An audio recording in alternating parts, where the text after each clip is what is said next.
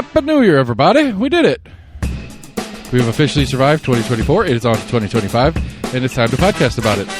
What a crazy-ass week we ended up getting in between last week and this week. We had a number of major national incidents that get our attention, which may or may not bring us in a special guest tonight. So we'll talk about that when that thing's happened, and among other things. So almost in agreement at gmail.com. Find us on Facebook, on Twitter, on YouTube. Go to the website, almostagreement.com. Check out all the stuff we got going on in there. Hollaroo24 is go. Sign-ups for vendors and derby drivers will be coming very soon. So if you're interested, get on there. Put your email in, so I'll email you officially when the registration and all that stuff opens. Go to your favorite podcast provider, like, friend, follow, share, text us to your friends. Do whatever you can do to spread the show. We're going to keep doing what we're doing. We got an exciting 2025 coming up, so we're going to get there, and we're going to have a good time with it. So here we go, people. It's showtime.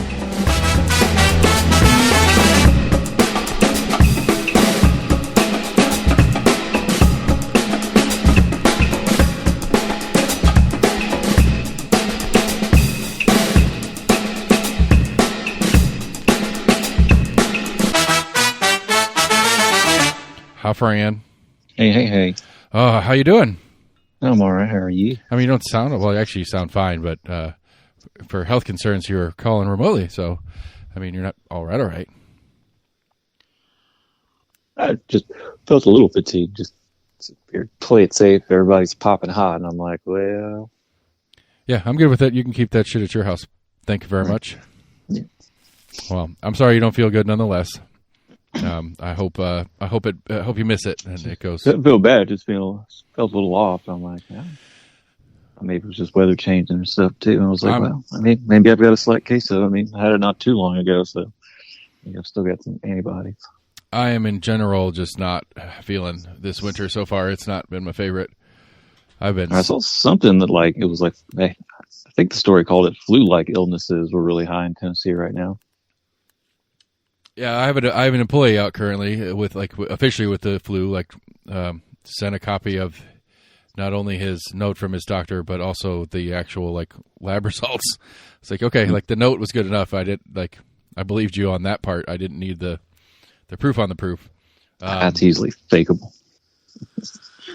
The note or the lab or both. I can't read it. I don't understand what I'm looking at, so it really doesn't matter. So. Oh, I'm sure they know that. I know. You use 6-syllable words, you must be good. Exactly. I mean, if that's, if you really don't want to work, that's the lengths you'll go to take the day off. I guess I'll let that go. Right. It's not worth it to me to fight you over it. It's flu season. Yeah, it's seasonably accurate, so it's okay. I mean, I know we try to pretend like we're a local show, but I don't know how to not start with this Vegas and New Orleans story. This is fucking crazy. It is. So apparently, as of right now, they're at least the theory of the case at least is that they're completely independent incidents. But there are a couple of similarities between the two incidents that make it questionable to me, at least. Both use the same rental car share ride company. Both Army veterans. The second one where I only heard one. I've only heard a little bit about the guy and about the actual person in the Vegas one. I've heard a little bit more about the guy that did the New Orleans one. He's from Texas. Yeah. It's third generation American, so it's not like he was the immigrant argument doesn't land on him. But yeah, he spent Roddy's very upset that you're not here. Mm-hmm. He wants you to know that he's upset that you're not here. He's like, what is bullshit? I can hear him, but I can't smell him. He's like, I really do. I think he's expecting you to walk in the door right now. He's barking at the door up the stairs. Okay, man. Your boyfriend is not coming over tonight. I'm sorry. Okay. All right. Well, Roddy hadn't been on a show in a while, everybody, so now you get him. Crazy thing. Yeah, I didn't really hear too many similarities. I mean, I don't think. Army that was the totality. The same rental company. I mean, there's a handful of major rental companies out there. Well, it's not, but it's not a rental company. It's a ride share or it's a car share company. So it's like Verbo for cars. Right. Well, even a smaller market, there's only a handful of ride shares. But still, like, I wouldn't have thought, like, I didn't know that officially existed. I'm not surprised it existed. But, like, why? I don't know. It's interesting. It's an interesting coincidence. I'm not trying to say it's anything more, but it does tweak my tinfoil hat brain when a couple of components of a situation are similar as far apart as they were. There is, go ahead. Saw something pop up that, like, something interesting was found in his car, but I was pretty sure it was just clickbait, so I didn't really read the story. Which one? The Vegas one or something. Yeah, like the most recent I heard of is that it was clear that he'd killed himself before he blew the car up. So, like, he set the fuse, then shot himself in the head, and then the car blew up, so he didn't burn himself to death. Yeah, I did see he had, like, a self-inflicted gunshot wound. Right, and then there was just, like apparently the whole bed of the truck was full of fireworks and gasoline. That's what I heard. I was like, fireworks? I mean, I know there's, like, explosive material in them, but... Yeah, like, if you maybe figured it would be enough. Have you seen the videos? No. One of the videos of it, like, it's clear, like, you could bottle rockets or something are, like, whizzing away, like there's a lot of the whistling explosives that go on, and so, like, you can hear a couple of them, like, whistle and pop. It's like as this whole whole Tesla truck. I mean, okay, so we'll start on that one, I guess. Like, that one to me is like, there's obviously there's a point being made here. We haven't heard a manifesto or anything like that from this guy on what the point is, but it's kind of hard not to think that there was some point with the whole Cybertruck Trump connection in it. Like, I can't imagine that there wasn't something about, like, you know, there's whether this was. Go ahead. He rented that truck? Yeah. Oh, okay. You know, and so I again, you know, I've never tried to use this service, so I don't know how hard it is to get a specific vehicle, but I mean, they're both e-trucks, which is also kind of interesting that they rented them from the same company, but they're also both electric vehicles. It was an F-150 Lightning in New Orleans. Yeah. But, you know, nonetheless, it's just weird. And crazy, like, I don't know, like, when my last event, Knoxville does the dump trucks. Like, Knoxville sanitation trucks are the roadblocks. Right. That is how Knoxville does it, and that's actually changed this year. Because the first year, the April event last year didn't. I just had cruisers at the intersections, but the October event they had dump trucks at all of them for this exact reason. And apparently New Orleans has those things that come up out of the street. Right. But they took them down. Yeah, I saw something about that. They were upgrading them because they were hosting the Super Bowl here in February. And so they were upgrading their road security measures leading up to the Super Bowl. And they had pulled the old ones out and hadn't gotten the new ones in yet. And so they had just cruisers at the end of these streets. But one of the things I found interesting, I heard an interview with a guy who was there. He owns a business or something on Bourbon Street or whatever, and has been through a bunch of these different events over the years. I think he said that there was one back in like 2007 that was somewhat similar to this, where somebody tried to rampage through or whatever. But apparently, traditionally, if they shut down the whole street, like, it's like 6 blocks. And each intersection has these security pillars that come up out of the ground or whatever. And so when the streets close, they close it at each intersection. So if somebody does somehow get through a blockade A, they have to get all the way down, and then there's another one a block later, so they could only get 1 block into the 6-block road closure. And none of those were up. They on the other intersections, so Canal Street was one end, and this is where the guy came in, was on Canal Street. Like, the next street had just like plastic, just these kind of like plastic, you know, standing roadblock things that are more for crowd control than they are for vehicle stoppage. Right. And so that was one of the complaints from some of the people who've been there and been through a bunch of events down there and are used to the idea of having these large barricades. I think sometimes they'll fill them up with water and stuff. Put masks behind them, basically. Yeah. Yeah, I mean, it would probably stop. It would at least, I don't know, it'd slow it down, if not stop it. Like, I couldn't see any vehicle going through like 2 or 3 of those things full of water without breaking an axle or something. Right. So yeah. Anyway. Yeah, I hadn't heard as much about that one. Definitely haven't showed that guy's picture as much, especially when there was a lot of the talk about it being an immigrant issue. Right. Kept showing the Texas guy. The Texas guy is but he's Middle Eastern descent. Like his family is from, Iraq or I don't know, somewhere over there. That sounded a lot worse than I meant it to sound.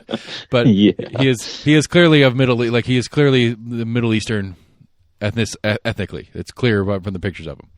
I think I could tell the difference in a South American or Mexican and a Middle Eastern person by visuals. Not perfectly, but generally speaking. But he's, again, like I said, he's second or third generation. He definitely spent some time in the Middle East as with his army unit, doing whatever his army unit was doing over there. I forget what I found a video that someone had found of him when he had some realty company. Yeah, it was a solicitation video. Yeah, he was talking about how I grew up in Texas and blah blah blah. And he was talking about how his time in the army, he was HR and IT, where he was an HR and IT specialist. And the one thing that both those things have in common is attention to detail. So I cross my T's and dot my I's. And when you're working, or when I'm working for you to sell your house, that paperwork's going to be right. Right. Which that's not a bad sales pitch. I get it. I like that.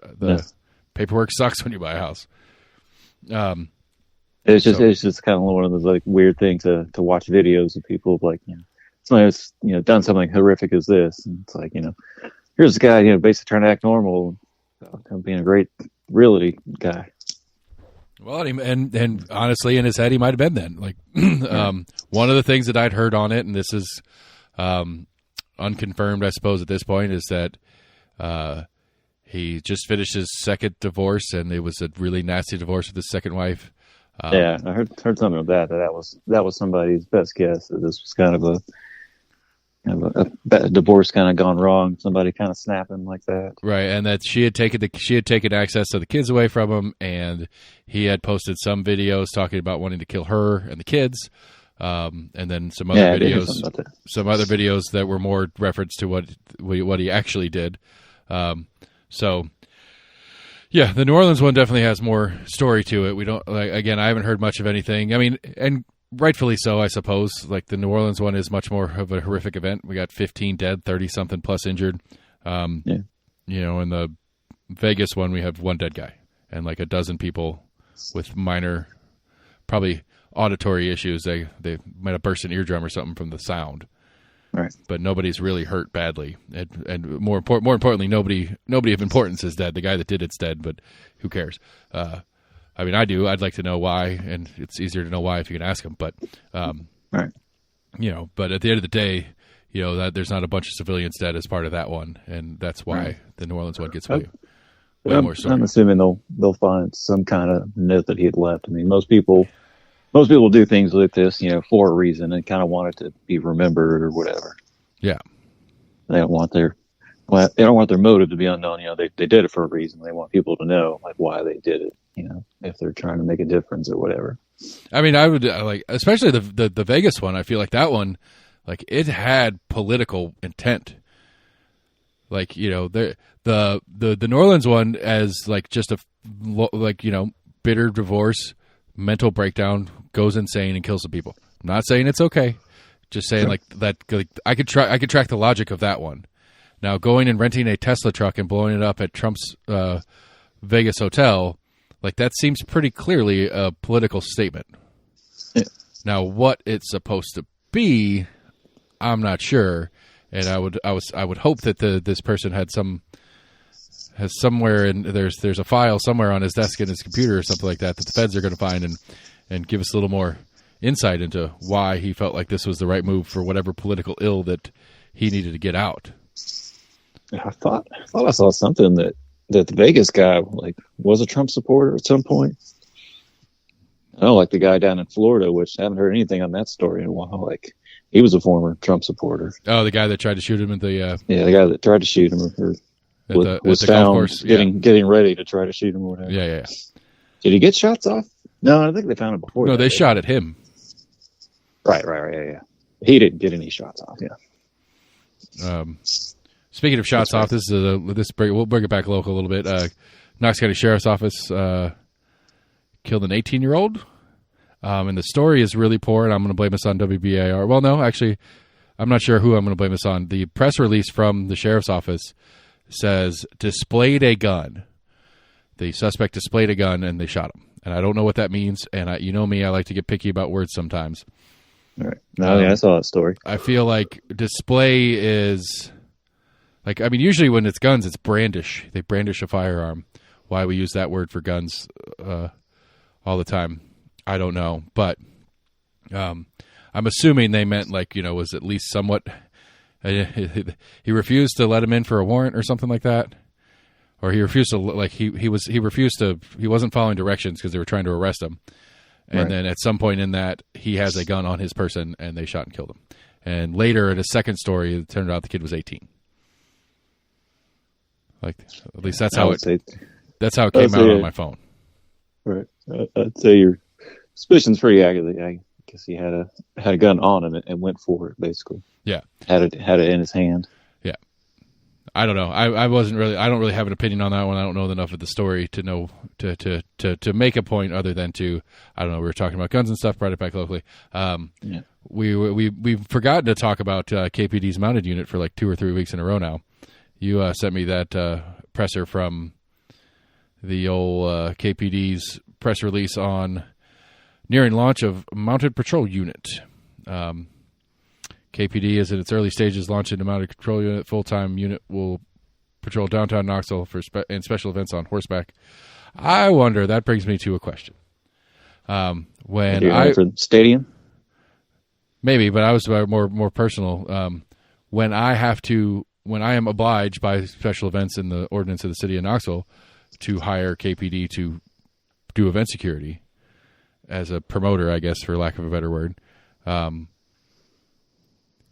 do you think this is something they're going to add to it? Add an extra fee?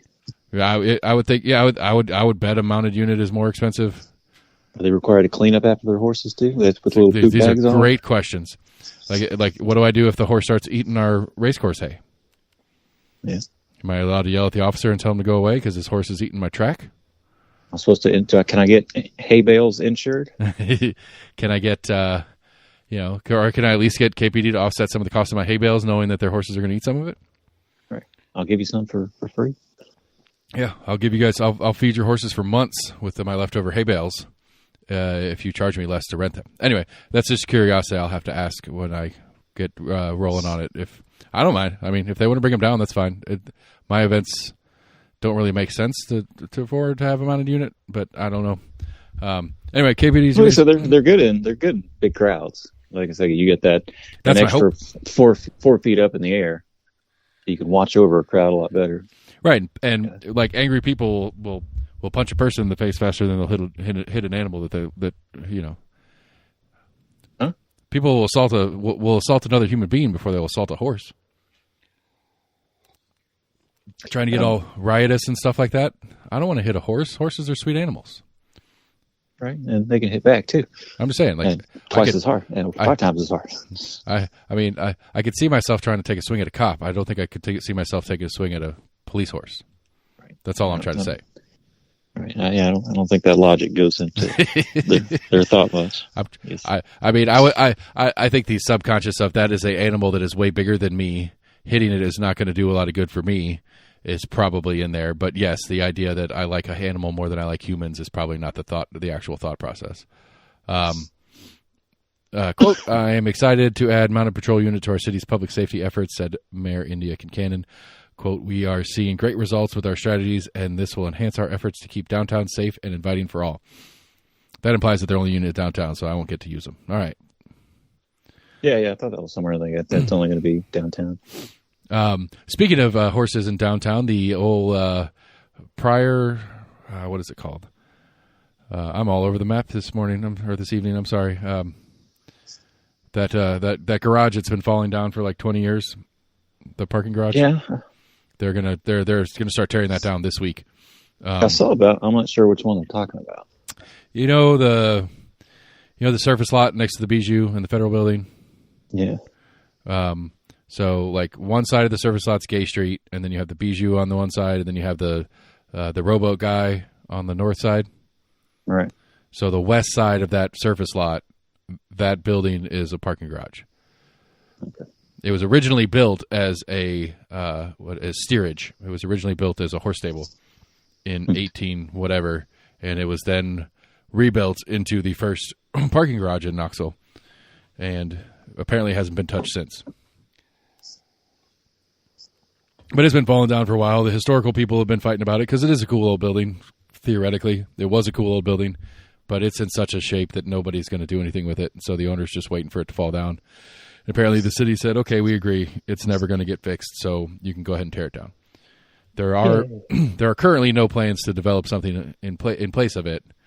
The kind of running assumption is the owner is going to tear it down because they'll be able to sell it for more as a level lot than they will with a building that needs to be torn down on it. That's true. Which seems like a reasonable thing. Anyway, back to the horses. The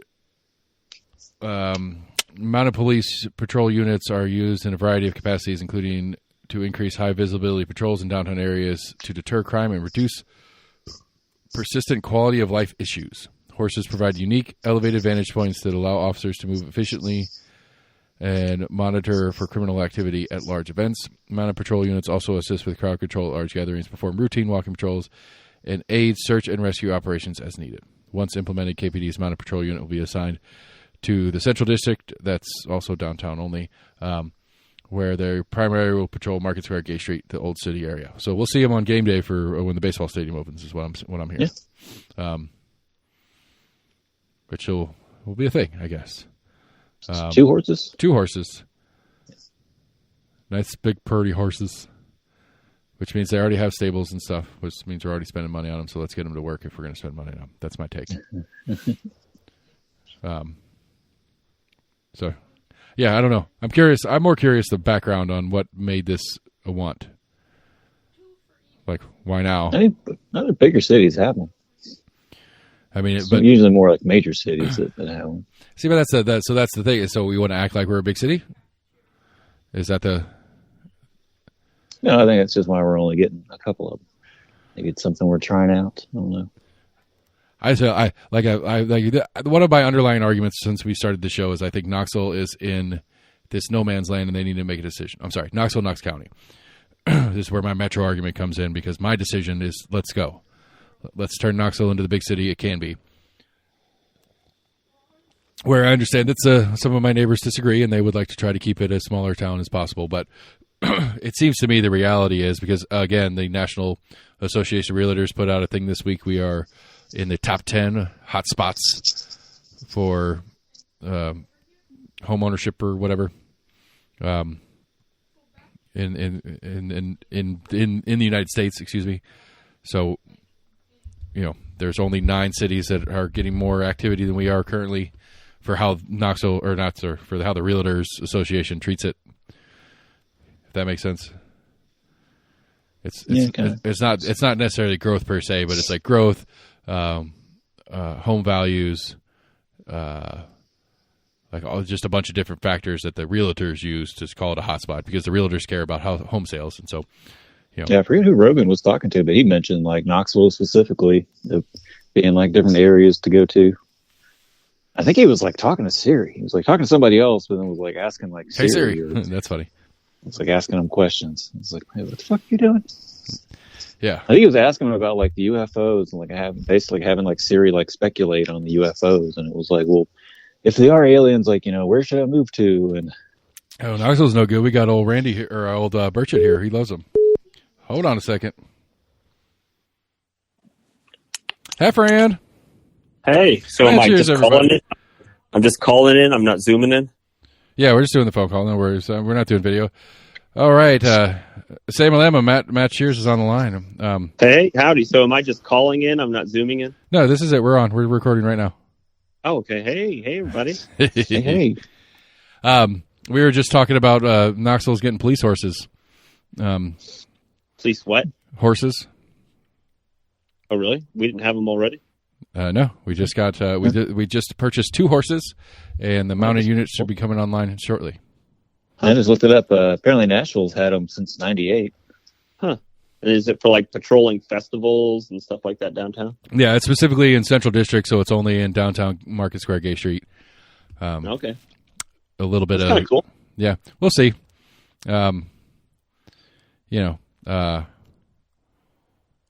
I guess it's not the worst thing we could spend money on, I suppose. I don't know. Yeah. Speaking of worst thing we could spend money on, $27 million over the next 11 years for a surveillance system that KPD is getting. I don't know about that. Yeah, that's a whole thing. So anyway, the real reason Matt's here, everybody, is not because he wants to talk about all the stupid stuff we want to talk about. Is if we had a pretty insane week. We've already touched on some of the other insane stuff. I left this story out waiting for Matt because, as you all know, Matt is a huge fan of one particular former president, and that former president happened to die at 100 years old on Sunday. Sunday. Yep, he died at Sunday, 3:45 on Sunday. Yeah, and so all my efforts to get Matt in were for naught until I got this great excuse that he wants to talk about his favorite president, and so I'm going to take it because I like to talk to Matt. So, glad to be here. we were going back and forth on it. Like, I swear I've sent you that picture before. Matt sent me this picture of him with a really, really great haircut, standing next to President Carter, and his wife. And who's the other lady in the picture? That's my aunt. Yeah. So Gotcha. We went down to his Sunday school class that he taught in Plains, Georgia. Yeah, they were talking about that on. I saw they did part of that as a story in the news this week. I saw that. Yeah. Mm-hmm. Yeah. So he would teach Sunday school like 3 Sundays a month down at his church. It's this tiny little church, and you had to go through a metal detector to get in. And there actually weren't that many people there that day when we were there, maybe just 35, 40 people. And yeah, you're just sitting there, and he's teaching you a Bible school lesson, and he's former president. Pretty crazy. Pretty neat. So the thing to be, the thing to me is the more I've paid attention to politics and the history of politics, stuff like that, the more I think I might actually like Jimmy Carter as president. Because the general synopsis of the review, I don't know. I'll be curious your take on this, Matt. You as well, Sam. But like all the coverage this week was, he was not a good president, but his post-presidency, he's one of the most, he's got one of the greatest and most beloved post-presidencies in the history of the United States. But nobody liked him when he was president. Like, that's been the coverage all week. That's that's kind of one of the narratives about it, and I understand that. But do you agree? Do you agree with it that he was a terrible president? No, I don't agree with that. Because even in the coverage they've been talking about this week, like, you did the Camp David Accords. Camp David Accords, which is the only lasting peace agreement in the Middle East. And it's huge. Egypt and Israel have not gone to war in almost 50 years because of Jimmy Carter, and that's essentially the only lasting peace agreement in the Middle East. Yeah, and I think that's a pretty pro presidency. Like, again, I wasn't. I guess what was his term? 77 to 81. You weren't born, were you? Barely. I might have caught. I would have been born. Yeah, he would have been. So the election would have been in 80 to replace him, right? November 80. Yeah. So I would have been. I might have been a thought process in my dad's head. But not your mom. Well, I mean, my DNA from mom was there since she was born, so that one doesn't count. Oh yeah. Wow, you're getting very biological here. But I would say the genetics were in place in my dad at that point that made me. So you're on the tail end of the Carter presidency then. But yeah, I think that there's a lot of things. He kind of established a national energy policy. A lot of people did not. They say, the stuff was so expensive, gas and stuff like that. But he was really the first president to do the National Energy Act that basically focused on stemming dependence on oil outside of the United States. There's other stuff too. Actually, you'll appreciate this week, I saw Let me pull it up so I can talk about it. This is one of the things I was looking up. So actually, the magazine, Reason Magazine, you may be familiar. It's like a libertarian magazine. Yeah. Yeah. And so they published an article this week called "The Libertarian Case for Jimmy Carter," which I thought was interesting. And they listed these things. They said President Carter massively deregulated the oil, railroad, trucking, and airline industries, which is true. Like it used to be that all railroads were federalized, and it used to be that all airlines too had strict federal regulations, but he deregulates all those.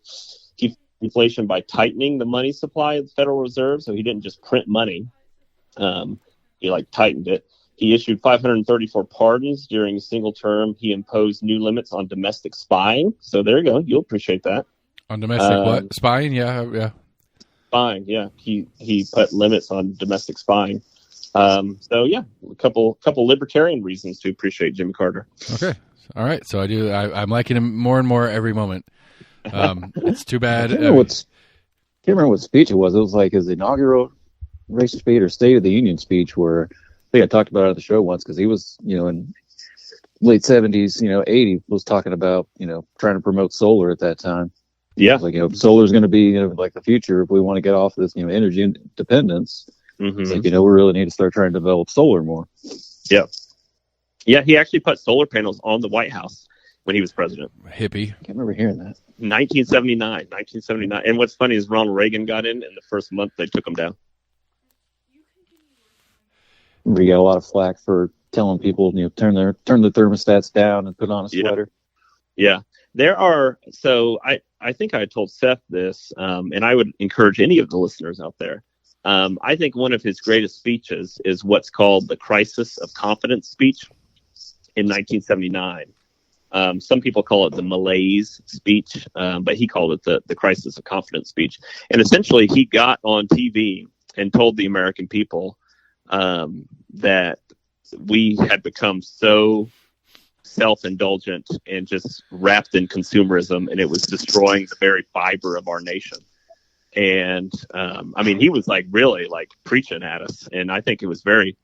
If you go back and listen to it, a lot of it, it played out in our modern America. But anyway, right after that speech, his approval rating just absolutely tanked. People didn't like that. Yeah, they don't want. It can't be our fault. It's not our fault. Yeah. We don't have to change our ways. That's ridiculous. Yeah, and he also in that same speech, I think you would resonate with this too, Seth. So he talked about the crisis of confidence, in our government, in our nation. Like we just are not confident in who we are anymore. And this is a quote that I thought. He said, "This crisis is not unwarranted. Many of us have lived through and seen the crisis that we have. We were sure that our nation was a nation of the ballot, not the bullet, until the murders of JFK, RFK, and Martin Luther King Jr. We were taught that our armies were always invincible and our causes always just, only to suffer the agony of Vietnam. We respected the presidency as a place of honor until the shock of Watergate." Pretty insightful. Yeah. Yeah. I can't imagine a more accurate statement if it was written today. Yeah, and then people, like I said, his approval rating tanked after that. I say it jokingly, but no, I really do. I think specifically when you're telling us that we're the bad guys because we like our stuff, that's not going to land well on the population. Because we like our stuff. Don't tell us not to like our stuff. You can't tell me not being American. Well, it doesn't help that the backbone of the function of our economy is on stuff. Like you need to buy stuff. If you don't buy stuff, people don't have jobs. Yeah. If you're not spending your money on stuff, and the people that sell you this stuff, and the people they certainly don't make this stuff here, but the people that move the stuff around the country to get it to your doorstep or whatever, all this stuff is how our economy works. Right. Yeah, our economy is stuff. It's just moving stuff from here to there, changing stuff into different stuff. Yep. And when you tell us that that's a bad thing, it's not going to, because again, okay, so take the economist view on that one. It's like, well, okay, you might be right, but, I own a business. Don't tell people to stop buying stuff from my business. That's not cool. That's going to lose approval rating right there. And so you're the idiots for buying so much stuff, but then I'm pissed off because I'm a business owner because you're telling my customers to stop buying my stuff. Yeah. Well, and I don't think he was necessarily saying stop buying stuff. He was just saying, your identity is not stuff. Our nation's identity is not stuff. All the while, his brother's out hawking crappy beer. Exactly. Hawking Billy beer.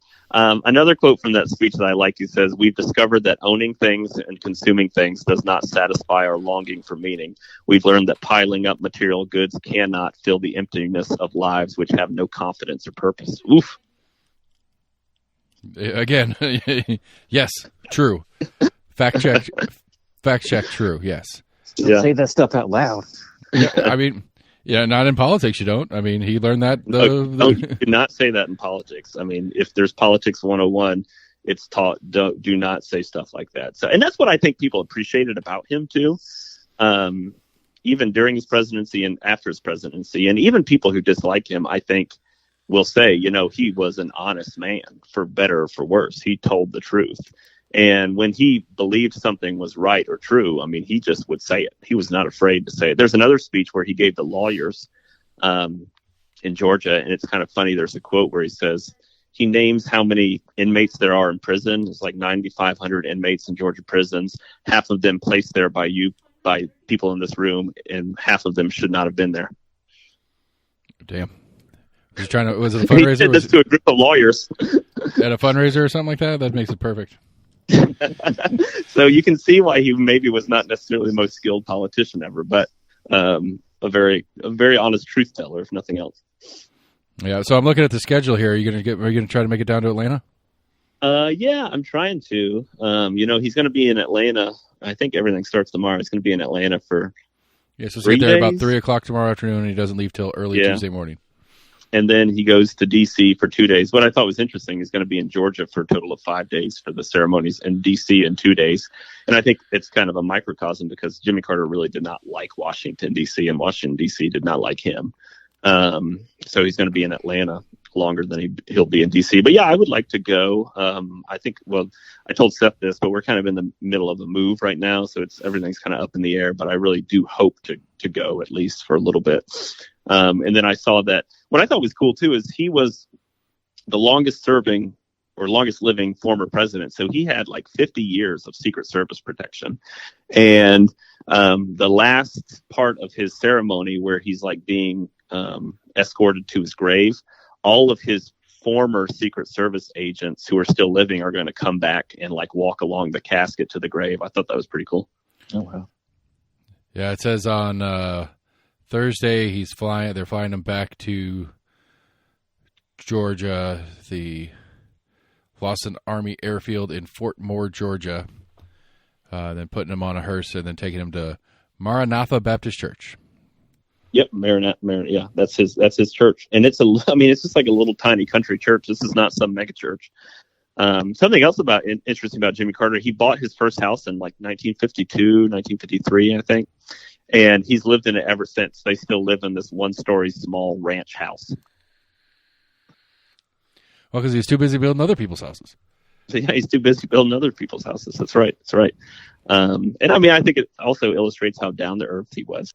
And people like that. Also, and when he was president, when he would travel, he would stay in hotels most of the time, but he preferred to stay in private citizens' homes so that he could talk to them and have dinner with them. And so there's lots of people across the country who hosted Jimmy Carter while he was president. Like he would travel to, like if he was going to Knoxville, he would call ahead and like they would find a family in Knoxville for him to sit down and have dinner with and sleep in like their guest bedroom. Well, see, you should have stayed and you would have had a chance. I don't know. Maybe once you get settled in your house, you'll get Bill's pretty sick too. He hasn't got much longer left. Yeah. He was in the hospital. I saw he was in the hospital. Yep. And we got Pelosi getting a new hip in Greece, and McConnell having episodes, and him falling. Like I feel like how long until we have like a fall risk bracelets on all our congressional. They probably persons. Still do. Wasn't there a congresswoman in a memory care unit? They found her. They didn't know where she was. I saw some story about that. Yeah, they were giving her staffers grief for not getting that information. But I don't know if it was I thought she was in the hospital for something, but there was no things where they didn't release the information until a couple of days afterwards. Yeah, she's a congresswoman, Republican from Texas, and they couldn't find her, and they were asking her staff, and her staff was being super evasive.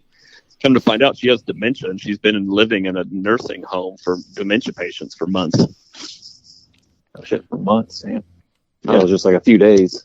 Mm-hmm. Yeah, as a sitting congresswoman. Well, I mean, Feinstein wasn't any better, but I guess it's not this isn't it's not a partisan issue. There are Democrats and Republicans who are too old to be doing their jobs.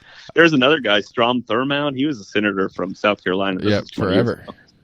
He was like 101. They would wheel him in, and his staff would have to help him lift his hand to push the button however way he's going to vote. I mean, the idea that was 21st century. He was still it was early aughts of 2000 when he finally he ran for president against FDR in 1944. That's how old he was, and he was still in the Senate in 2001 or whatever. Yeah, I mean, like a guy, like somebody who voted against the Civil Rights Act was still had a seat. Yes, there were a couple of them that were still in there. Yeah, some of them said they regret it. Some of them, who knows? Yeah, I'm pretty sure it was him that had some funny story of him doing a filibuster, and where there's a rule that you have to at least keep one foot on the floor. And he apparently had someone hold a bucket outside the door so he could take a piss. Yeah, that's true. That's back when you had to actually filibuster, which I think, people say get rid of the filibuster, keep the filibuster. I say keep it, but make them sit there and talk forever. Make them do it, yeah. Make them do I watched that movie. It was a good movie. Mr. Smith Goes to Washington. If Ted Cruz wants to filibuster hurricane relief, just make him sit there and piss himself while he talks for 2 days. I like it. Let's get it done. Read Green Eggs and Ham. Read Green Eggs and Ham over and over while he pees in his diaper. I like it. Let's do it. Let's make it happen. A few other things about Jimmy Carter. Go. He was also the first president and only president since to send his daughter to public school when she was in the White House.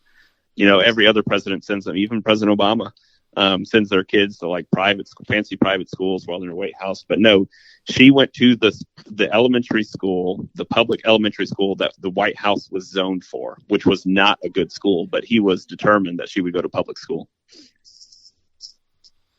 Good on him. I mean, if you're going to run the system, you should believe in it enough to put your kids in it.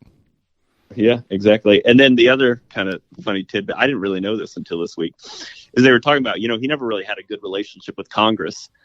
And one of the reasons was they never felt like he respected them. So he would have members of Congress and senators over for lunch, like a working lunch, and he would have them chip in $2 for sandwiches instead of catering a meal. They're used to coming over and having catered meal and cocktails and dessert. And they got their Jimmy Carter, and they were like, "We got bologna sandwiches. Can you chip in $2 to cover it?" Good. See, that's good stuff. I like it. I like it all. I think I want a new Jimmy Carter. Who's the new Jimmy Carter? Who do we got to get? I don't think we'll ever have a president like Jimmy Carter again. I mean, it's really astonishing he even became president. It's true. Had Nixon not done what Nixon did. Yeah, I mean, I think Jimmy Carter became president because of Watergate. After Watergate, they just wanted someone who was just a normal person, country boy, down home. And it was Jimmy Carter. I mean, I can't think of a situation now where someone like Jimmy Carter becomes president. I can think of situations where people try and act like they're like a farmer and, I live out in the country, but it's all a charade. I mean, there's lots of politicians who take pictures on a tractor and they don't know what they're doing. Right. Yeah, no, we were talking about this a couple weeks ago, a real candidate for president that doesn't have a decade or more of some political activation prior to. Yeah. I mean, hell, even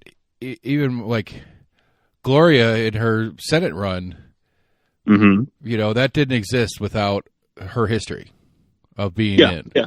And she's as close as I would say on a local level that we get to something like a Jimmy Carter, not necessarily policy wise or anything, but at least she holds hard to that. I was a teacher down home image.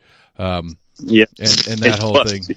Mm-hmm. But, I think you're right. I mean, I think you're right. Even I mean, just the route that he went to become president too. He was a state senator, I think, for just like 2 years, then became governor of Georgia. Actually ran for governor and lost the first time, then ran again and won, only served one term and then became president. I mean, that's just not a route that you can't go from state senate to president in 6 years. That's not possible. No. I mean, Obama did pretty close to that. Well, I guess you're right. He was a senator. He was a freshman senator when he resigned from the Senate to become president. Yeah, I guess that's true. That's pretty similar. But he was still super active locally in a large municipality as well. That's a little bit different, too. Yeah, Chicago. Yeah, I mean, Jimmy Carter was Plains is still, there's like 600 people who live. It's in the middle of nowhere. I mean, it's absolute. You got to drive probably an hour and a half off the interstate to get there. But I think that someone coming from his background in that kind of situation, I just think is just unfortunately, I just think it's not possible anymore. The system has become such that it precludes people. I agree, 100%. I agree because I think that's my problem as I've gotten better in understanding the way this thing works is the partisan primary wouldn't let a guy like there's no Democrat, maybe in Knoxville in a Republican stronghold area, maybe he could win a primary, but he's not going to win a general in that sense. Any district that is a strongly Democrat district he's not going to make it through a primary in, and so which is why I don't like. That's why I'm so mad at the system. No, the system has made it like that. Well, and I think members of Congress too, like I was talking to someone today, they're saying like, why is there so much gridlock? And why, because they were talking about the speaker vote, they said, oh, every Democrat voted for the Democrat, every Republican. Well, actually not every Republican. They held the vote open for an hour and a half and then they got enough votes.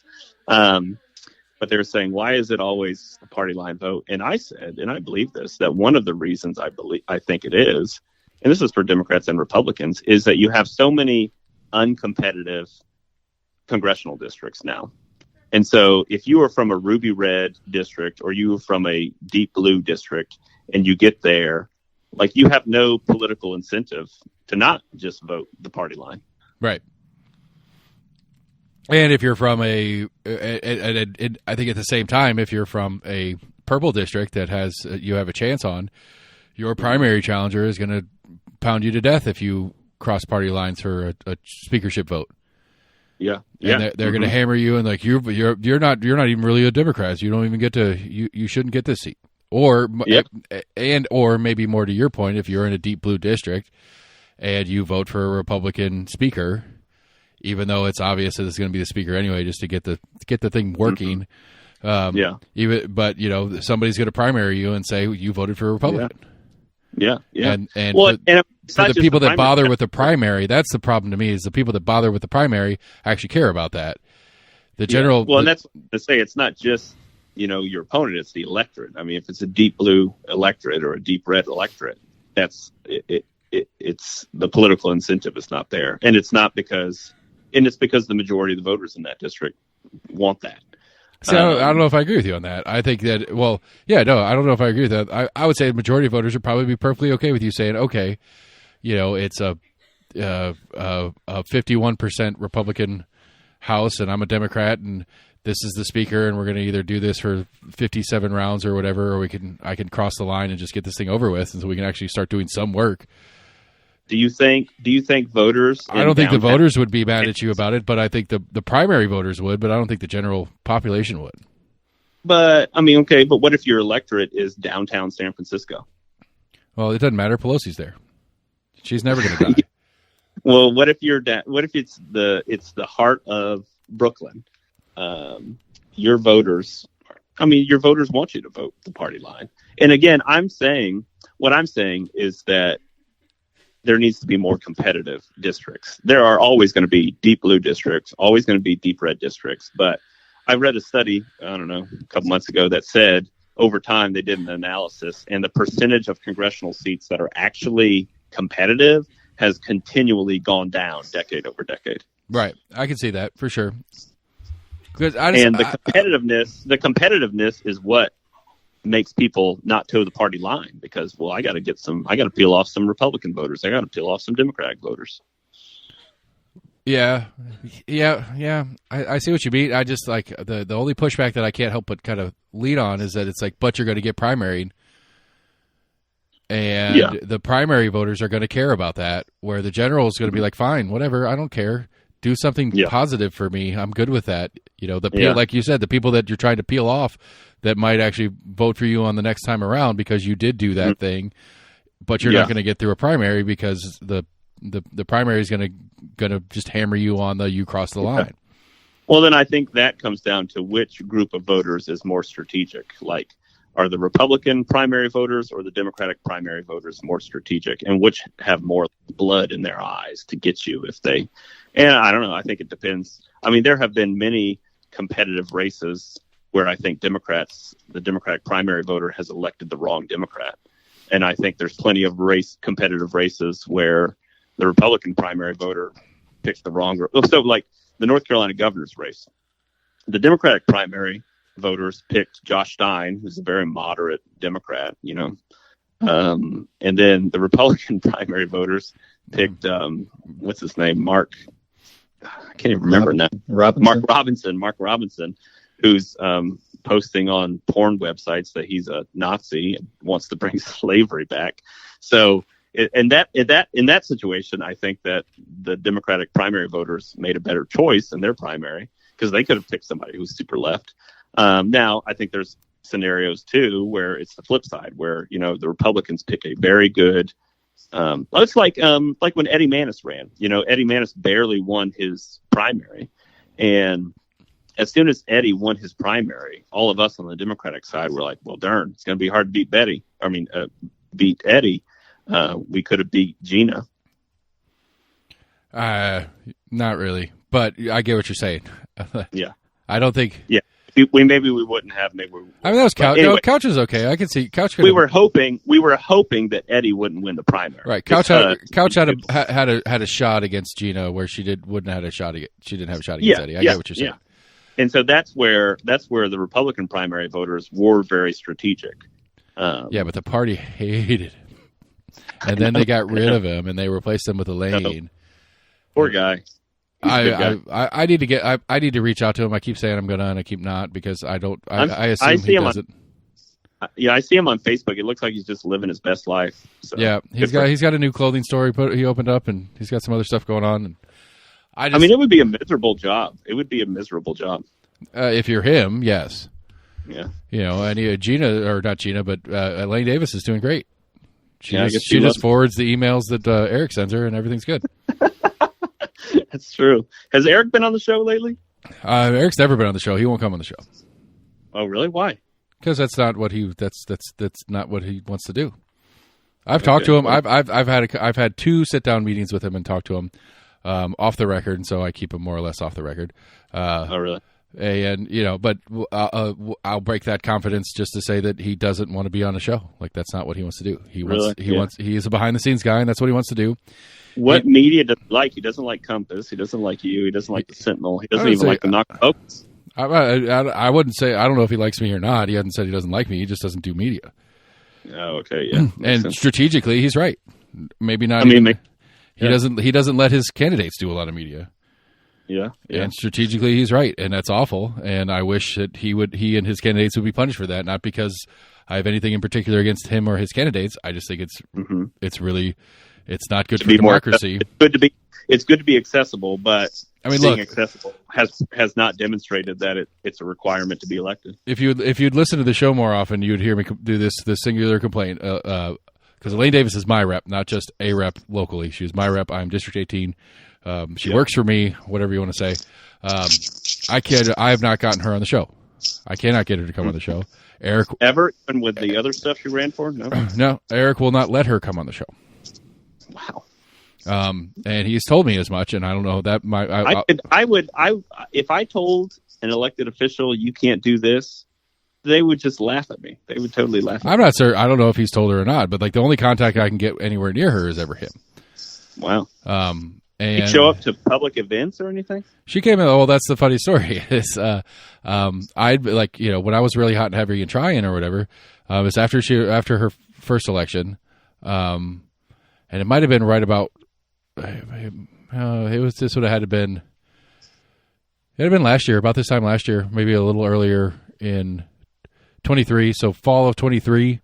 So mid cycle, so that she wasn't running yet for for her 24 cycle, but it was the between year.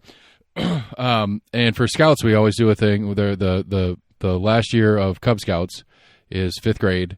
And they always do a thing that's like public engagement kind of stuff. And one of the suggestions from the manual is to get an elected official to come talk to the boys.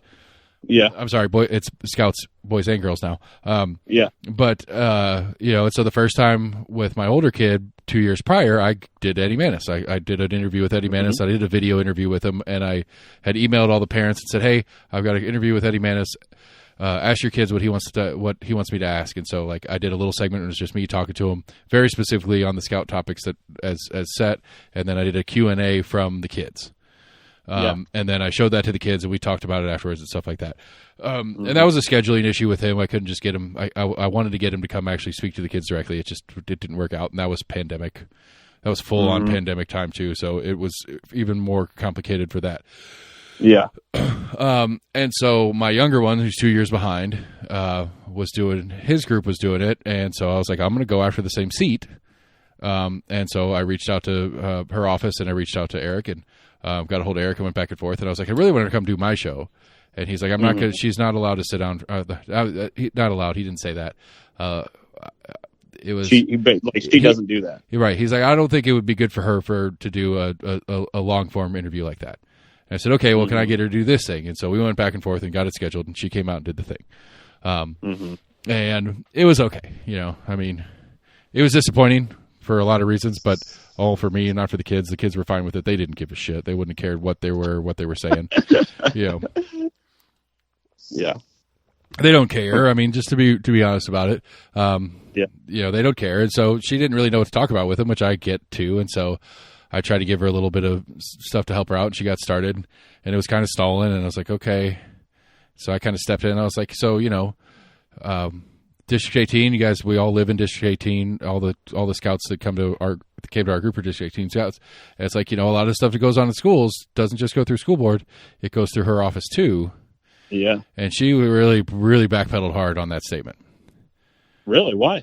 Well, she basically was like, well, no, your school board is very, very important. And it's like, well, yeah, I'm not saying it's not, but, a lot of the stuff that goes on the schools comes from the state legislature. Yeah, I mean, they can only do so much. They have to do what they're told to. Right. And so basically she just kind of like, she shed any responsibility for that question real hard. And I'm not sure if, my running joke on it is, I don't know if she didn't know that was part of her job as a state legislator, or she knows it and doesn't want to deal with the flack that comes along with school stuff. Yeah, that's true. And neither answer is a good answer. That's true. Neither one is. I don't know which one I would choose. Right. If I had to pick one, I guess you strategically don't want to deal with the phone calls. Yeah, would be my preferred answer, I suppose. But that's literally what you asked for us to vote for you to do. Yeah, is listen to us on issues. And so if you're gonna be opaque at best, to not acknowledge that is part of what you do, that's pretty fucked up. Yeah. That's an interesting story. No, I hadn't heard that story. Yeah. I haven't listened to that episode. I do listen sometimes. I don't listen to every episode. I make no bones about my distaste for. I was really. I mean, I voted for Brian. I really wanted not. Yeah. Not as much of. Yeah. I mean, Brian was great. I didn't get a show with him, but I did get to meet him. He came and knocked on my door. Yeah. Who is so you've interacted with lots of people. I gotta say, not even. This can be someone that you've met or someone you've not met. Who would you say is like a Republican politician that you admire or really like, and who's a Democratic politician that you admire and really like? So politician meaning they've run for or are running for office? Run for or running for or have been elected to office, yeah. Okay. I really liked Eddie. Yeah. Okay, so Republican, I'm going to say Becky. I like Becky. Okay. Becky Massey is one of my favorite people I've talked to on a regular basis. I've talked to her a bunch. She is an open book. She is hardcore about her office being accessible, and I love that. Good. And that should be the bare minimum. And I guess it sucks that she's my favorite because she's the only one that I feel like really does it, at least of my reps. Gloria used to be, but as soon as she started that Senate run, she doesn't answer my text anymore. Well, that's because she was so busy. I mean, okay, but that was the cornerstone of why I thought why I liked her. Was that it was a big deal for me. It's like I liked that she was accessible. Both. Well, I mean, she to if it makes you feel better, there were times where I texted her where she didn't text me back either. So, I mean, no, that doesn't, because you're unimportant anymore because you don't live here. I mean, you did. I'm not a Tennessee voter.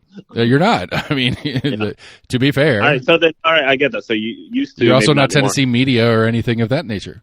Yeah. So okay, who is a local Democrat that you like? I mean, I really like the old party chair here in Knoxville, but he left, so I'm not a fan of his anymore. But he didn't run for office, so he doesn't count. I never. In hindsight, I really like Todd. I really wish Todd hadn't left and would have hung around more. Yeah, we actually wanted Todd to run for county mayor in 2022 before he left, and actually we're making plans for it because we knew we're probably not going to win. But we have to have somebody who's got a good resume, who's up there, and can talk the talk and knows what they're doing. And so I talked to Todd about it, but then he ended up moving. So, well, he was. I don't know what the results are on that. He was getting. He was in the running for state chair. Yeah, I think the vote isn't until 3 weeks or something from now. It's the state executive committee people vote on that. So I haven't really kept up with that. Again, you're not a Tennessee voter anymore, so you can. Yeah. You don't need to keep up but Todd, Todd was. I think Todd was a very genuine politician, and I think he, in some ways, he kind of reminded me of Jimmy Carter because he, if he believed something was right, he didn't care. He'd say it out loud. He was stubborn about stuff too. Right. Like he was really big on developer money staying out of politics. Yeah. To the point where I tried to donate to him, and he would not accept my $25 donation, and I got so frustrated. I said, "Todd, just take this donation," and he was adamant that he did not want money influencing anything. So, I mean, I admire it. It was just a moment of kind of righteous stubbornness, which I think is similar to Jimmy Carter. Well, that'd make that Bears run even harder. That would have made it very hard. Yeah. I'm trying to think. Yeah, that's a good question. Democrats I've talked to. I really liked Virginia Couch. She moved. She out in county. Did she? I didn't know that. Yeah, I'm drawing a blank on my Democrats, mostly because they haven't won, so I've forgotten their names. I like Seema. Seema's a Democrat, technically, right? Yeah, she's a Democrat. I always like Seema. She's a little firebrandy. She's got some spunk to her. She'll get mad at it. I've gotten pretty close with Lauren over the last little bit, but that's more of a functional thing because she is my city rep in one of my businesses areas, and I've been working with her on different stuff. Speaking of, y'all have been really doing a good job over there, hustling at the in the Central Avenue area. Way to go! We're working on it. We'll see what we can do. I've got some governmental stuff that's which needs to be on the agenda this week, but it's probably not going to get until the February agenda. But what about national Republican you like, national Democrat you like? None of them. They all suck. Really, not one. I can't think of one that I like. I mean, I kind of like Bernie because Bernie's got that kind of I don't agree with him on much anything, but he's this is, I don't know. He's hit and miss on it. He'll fold when it gets real heavy, but Bernie's got at least a little bit of that. He's going to say it once, and maybe when it comes down to it, he'll vote because he needs to vote, and he's got a job to do, and he's got to vote one way or the other. And he'll fold on his vote and not stand on principle, but at least he gets some of the narrative rolling nationally that I can appreciate him for that. I've actually kind of gotten into AOC for some of that too. Yeah, I think AOC is very similar. I mean, I think AOC's become a good politician. I think she's also someone who just says what she believes. I think she's settled down a lot. I think that's part of what makes her more palatable than nationally. She is not as what's the word I'm thinking of here? She used to be a lot more contentious. Combative, there's a good word. Yeah. Yeah. And that's kind of settled in. Yeah. What about Republican? I'm trying to think. What about? Don't you like that libertarian guy, Thomas Massey? He's kind of annoying, though. I don't know. I mean, I will tell you what. I've enjoyed Tim Burchett as of late, to be honest with you. Oh, really? Yeah. I mean, How so? you know, like he's a budget hawk, and he's going to be a budget hawk, and he doesn't give a shit. He's going to be a budget hawk, and he'll pick that fight, and he'll get yelled at, and both Republicans and Democrats are mad at him, and he's just like, nope, I'm not voting for anything that's spending money we don't have. Did he vote for Mike Johnson today? Probably. I don't know. I didn't look at the roll call. I saw the headline that he got confirmed or that he got. Yeah, well, I know there were some Republicans that didn't vote for him, but I don't know which ones it were. They couldn't sacrifice that many because he probably did because. Well, Massey didn't. Massey, Thomas Massey, yeah. There were 3 that didn't vote, and then I don't know. I haven't watched the news, so I shouldn't conjecture about it. I mean, Rand has moments that I like. Rand Paul out of Kentucky, he has moments that I like about him. He just seems like a punk too. Oh, he's not his dad. Yeah, I mean, his dad was a champ. like RFK Jr. I'm excited. Like we talked about it. You and I talked about it. And, I mean, Sam and I have talked about it on the show a couple times. Like we were doing last week. We were doing our what are we looking forward to in 25. I'm hopeful that he could stay on topic and get some of this food stuff really addressed. Like I mean, it's a problem. Like I mean, I think there's our food system in this country sucks, and he is adamant that it sucks, and he's now in a position to do something about it. And we'll see if he actually does. Yeah, we'll see. Who's going to be FDA? I don't know. I haven't seen anything. I mean, he's got all his cabinet picks out. It's whether they're going to get confirmed or not. Yeah. I don't think that FBI guy's going to get confirmed. You think what's the guy, the drunk guy from Fox News, Pete Hegseth? Do you think he's going to make it through? I don't know. I don't know. It's probably good for him on what's going on right now. Yeah. The fumbling and bumbling in New Orleans and Vegas, for that matter, that the FBI has been doing is not good for anything currently. Well, happening. He's not FBI. He's defense. Oh. FBI is the Kash Patel guy. Oh yeah. I don't know. I don't know. I'm not good. I am not that good at national politics. Federal politics is boring. Let's go back to state and local. Well, I think what Hegseth's going for is the director of national intelligence. I think he would technically be over the FBI as well. Oh, I thought he was Department of Defense, Secretary of Defense. I thought he was going for director of national intelligence. I could be wrong though. That's what I'm going for. I sent my application in. Yeah, you got a good shot. I mean, it doesn't seem to matter whether there's qualifications in place or not. Yeah. Which I don't know. There's part of that makes you feel good. People always said, do you want to run for something? And my answer was honestly no. What I always wanted was to be appointed to the library board, but I never got it. I know. I've been asking I want to be on the utility oversight committee. Oh, interesting. Like KUBs? Yeah. Wow. How do you get that? Is that city? That's county. It's a county. It's appointed by the county commission. Oh, really? Not city. Okay. Huh. I mean, I think it's utilities in general because it's not just KUB because we have all these other little utility companies. Okay. There's like water and stuff like that too. So is your water, do you get city water? I know you're not city limits, but do you have city water? No, I get KUB water. Really? But I imagine it's all part of the same system then? I don't know. I mean, I don't know. My city businesses get KUB water, so I guess it's all city water. So the water, you have to pay a water bill, and it's not your taxes don't have anything to do with the water system. I don't know. Okay. I don't. Like that's something we talked about that a couple months ago, Sam, in discussion. I can't remember exactly what it was, but we were talking something on that on the topic of about water. Yeah. Like whether, if you're because I don't think the city of Knoxville does it at all. I don't think I don't think the city of Knoxville distributes water. It's all KUB water. Yeah, that's right. And so it's not. But there are some. KUB is governed under lots of layers, of course, but through city council, because when they did broadband, city council had to vote on broadband. Right. So did county. Yeah. Do you have broadband? Do you have KUB broadband? I don't have KUB broadband. I have broadband. I have. All right, we had KUB broadband when we left, and it was so funny because Comcast multiple times called and basically were begging. They were like, "Please stay with us. Please stay with us." And they were like, "We'll cut your bill in half." But that just made me angry because I thought this whole time you could have cut my bill in half. Well, yeah, because It wasn't competition. they were here. Yeah. Well, there was competition, but there was other competition that didn't have the benefit of being a utility and all the different stuff that they have that Comcast and AT&T don't. I have AT&T here at the house currently, and I mean it's like $15-$20. I don't really have an excuse on why I haven't switched over. Wait, $20?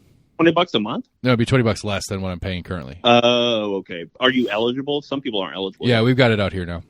It's at my neighborhood. Okay. It was good. We liked it. It was actually faster than Comcast. So I liked it, and we didn't have any issues or anything. Yeah. So we're moving to, or have moved, or it's kind of limbo.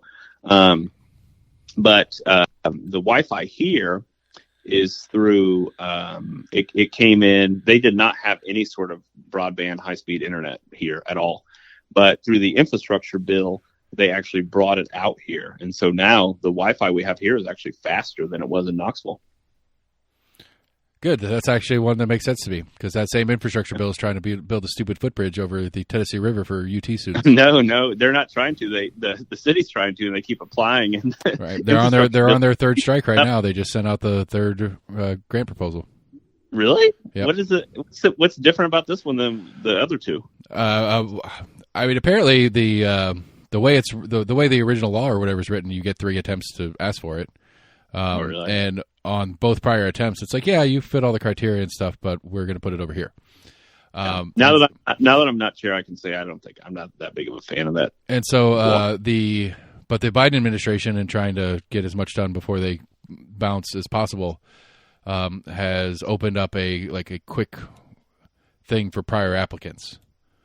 Oh, interesting! And we've jumped in on that apparently, and so our third and final attempt at it is in process. Does it need to be approved before the 21st or something? I guess something like that, or they need to at least have it in the works. I was actually kind of surprised that it didn't get approved. I mean, I'm not a fan of it, but because India has such a close relationship with Mayor Pete, they're buddies. She's gone up to DC multiple times to meet with him and stuff like that. So I thought she would have had the inside track, but they did get approved for other stuff, like the Magnolia stuff. I think was infrastructure bill, and I don't know. There's some other stuff around Knoxville that was infrastructure bill. Yeah, so we'll see here in the next couple of weeks on that stupid bridge thing. Yeah, they should. If they do it, they should let you be the first person to walk across it, and you should live stream it on the podcast. Yeah, and I'll tell you how unimpressive the whole event was. You walking across it step by step. Yep. Yep. Here I am on the south side where there's nothing. Great. Good job, everybody. What do you Sam, what do you think of the pedestrian bridge? Fan? Not a fan? I could care less. I don't see too much of a point in it. I mean, if it was really going to connect areas, that was a need for it, or if it was going to, create some kind of, increased foot traffic, but I don't think it's really going to do either. I just am afraid it's a land grab by UT to try and get more land across. Pat, why'd you have to leave? Come back. Oh man, I need you back so bad. I just am afraid it's a land grab for UT, and I'm a big UT fan. Go Vols! But in many ways, I think the university disrespects the people who actually live here a lot, or live there. Sorry, yeah, I was to say live there. I live here. Yeah. You don't live here anymore. Yeah. This city is more than just where people come for 4 years to go to college. People live here. Yeah, I have a running joke on we're slowly turning into a company town. Yeah, you're gonna go to work and get paid in Vol bucks, and you're gonna spend your Vol bucks at the Vol supermarket, and you're gonna and you're gonna rent your house from the university, and that's gonna come automatically out of your paycheck. Paid in Vol bucks. I'm serious. It's there's no reason why it shouldn't. If you're Boyd and UT right now, why wouldn't you? Yeah. Well, how big is too big? At a certain point, why not just be a little bit more selective about who you take in, rather than just bring in 3,000 more people every year? Well, see, it's not, but that yes, and it's not even that. It's not even the enrollment issue to me, and the population swing issue. It's the I would be flabbergasted if these two major UT items weren't connected. The bridge, as discussed, and they're talking about turning the G10 garage, the one between the stadium and whatever, into an entertainment center district. Oh, it's totally connected. Totally. And so basically what you're trying to do is get better access to your property that you are collecting rent on, that private businesses are going to go in and be bars and restaurants and whatever it is else that you want to put down in this entertainment. Whatever. And I mean, I think higher ed in general now is just the money-making industry. Right, which I have no issues with that being a money-making industry or whatever, but, like, as a municipality, okay, you go out and chase whatever you want, and if you want something that's going to help you and whatever make more money, you spend the money to do it. Don't ask for our tax dollars to make you more money. Mm-hmm. I mean, and it's fucking Boyd, for Christ's sake. He's already got a $100 and whatever $1 million stadium getting built for him. Mm-hmm. You ever invited him on? No. I'm trying to get Randy Burleson to come on. That's my step up. I'm trying to slowly step up into the big wigs here in town. Randy Burleson. Who's he? He's the Aubrey's family of restaurants. Oh, yeah, that's right. He's a big GOP donor. I'm sure he is. But why do you want to get him on there? It's a step in that direction. People that there's a power structure here in town, and it's not Kincannon and Jacobs. Yeah, it's the Boyds and Burlesons and Haslams and those guys. These people don't exist without permission. Claytons. Yeah, the Clayton family. Which apparently I've heard rumors that whole Clayton family museum thing over the old KPD is not going to happen. Yeah, really? Well, he promised that he's not going to deliver. Yeah, doesn't look like it's going to. Wow. What do you mean? A rich person lied to the public? Is that what you're telling me? Well, the question is, what's he going to do with the property otherwise? Is the city going to take the property back, or is he just going to like abandon the idea and make the city take it back so he doesn't have to pay taxes on it? Wow. I don't know. It's an interesting one. I mean, how much money? I mean, he's worth so much money. It can't be that much to build a museum. What, $10 million? I don't know. I don't know what the price tag on the item is. What's the museum go for nowadays? Hey Siri. Yeah. How much does it cost to build a museum? Yeah. Not even a real museum, a kids museum. Yeah, a children's museum. Huh. Well, maybe the people at what's the other kids museum over by the zoo? We went there. The Muse. Yeah, maybe it's the Muse lobby, the big Muse lobby. Well, where's your weed farm at? Are you growing weed yet? No, got a farm, but no, we have. I mean, just because we've been back and forth, we pretty much moved to North Carolina. We just kind of come up here to Virginia every other weekend or something at this point. But our house is in North Carolina. We've been staying with my parents or Lauren's parents, so our house in North Carolina will finally be finished. Well, kind of today. There was one permit that we were waiting on, but it passed. It just hasn't been filled out yet. So we're planning to move into the new house, hopefully this weekend and next week. So that'll be cool. Nope, that's not happening. Maybe next week. Well, this weekend, you're going down to Atlanta. Yeah, that's right. That's right. Let me get your calendar out for you real quick. You're my scheduler. Yeah, apparently. I mean, so yeah, I don't know. We do want to grow something. It is an old tobacco farm, and lots of people, when I mention that, they say, "Oh, well, you need to grow hemp or something like that." So, I think I don't even know the process to do something like that. I did email the USDA and local agricultural extension office to see kind of if they had some guides for me as a new landowner. So this farm has been in my family for 200 years. It hasn't been cultivated in about 35 or so since my great-grandpa died. And so we would have to bring it totally back up to speed. And we want to do that, but just not sure. And we don't want to get in over our heads either. Yeah, I mean, if I was going to grow weed nowadays, I'd do it inside anyway. Yeah. I do want to start with chickens. I want to start with chickens and then kind of go from there. Chickens are good. They're easy. They'll eat anything. Yeah. Didn't you say you were looking for some land at one time? Did you find any? Nah. Tennessee's too expensive, man. Really? Yeah. That's all these people from California and New York moving there. I know. We are officially, by the National Association of Realtors, a hotspot for homeowners. Oh, really? Yeah. There was Nate Bargatze, he's a comedian, and he did a Nashville Christmas special, and it was funny. They had like a skit there where they said, like, please come and visit Tennessee, but do not move here. Do leave. You can come and visit, but then leave.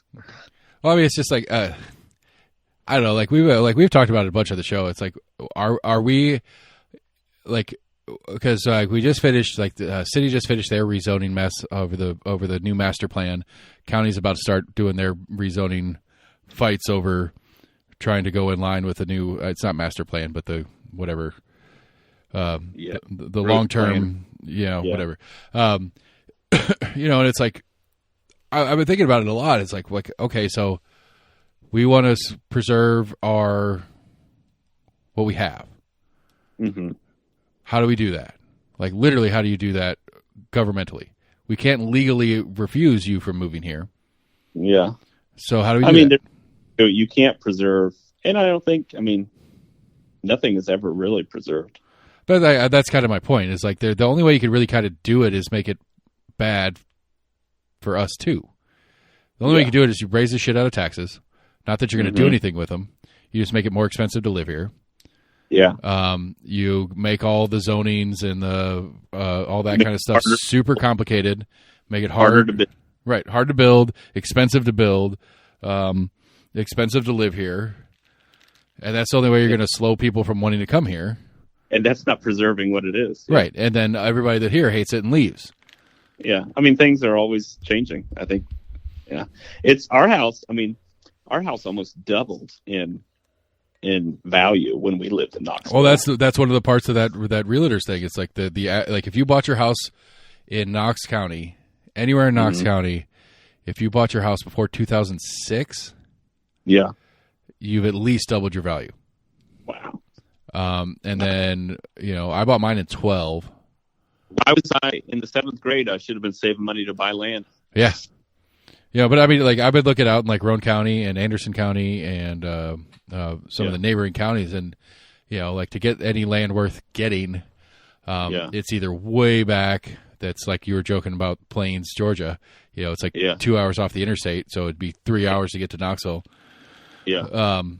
To do any work kind of stuff. But anything over 25 acres is that's accessible is $150,000 to $250,000 minimum. Wow. And that's just to get the piece of land, and then you're looking at another $500,000 at this point to build anything. Yeah. I just don't I'd love to do it. I just don't have it to do. Yeah. And you have so much assets locked down in your house. Like you have this wealth, but it's right. I'd have to sell the house to do it. Yeah. And where are you going to go? Carm? Maybe. They're going to be, the extra stuff will be open this week because it's going to get cold as shit. Oh yeah. There you go. You can go there for this week. Yeah. I don't know. What's I bet Hawkins County or something, but that's way out there. Goodness. Yeah. I was looking up in near side Kentucky. The best I've seen that might be functional would be to get down towards Chattanooga, the halfway point between here and Chattanooga. Oh, okay. Like Athens or Sweetwater. Yeah. That direction. Although I bet Sweetwater, they've got some kind of lake or something down there, don't they? It's probably a little pricey. Yeah, it just depends where you get. Even in Hawkins, they've got the lake in Birdstown or whatever, and that's, it's land seems expensive. Yeah, these kids, I love them to death, but we want to let them finish their schooling career in the same schools and stuff. How many more years you got then? The youngest is halfway through 6th grade, so I've got 5.5 more years. That's not bad. Yeah, that's not bad. Yeah, we'll see. I don't know. I'd like business too. I guess you would want to be able to drive over to your business. So, yeah, I'd want to be. I can take an hour to get in. That'd be fine. I don't mind. Yeah, a little bit of a commute in or whatever. But yeah, hopefully 5 years from now, I've either sold the business for multi-million dollars or they're operating significantly without me. Yeah, that's true. That's the other.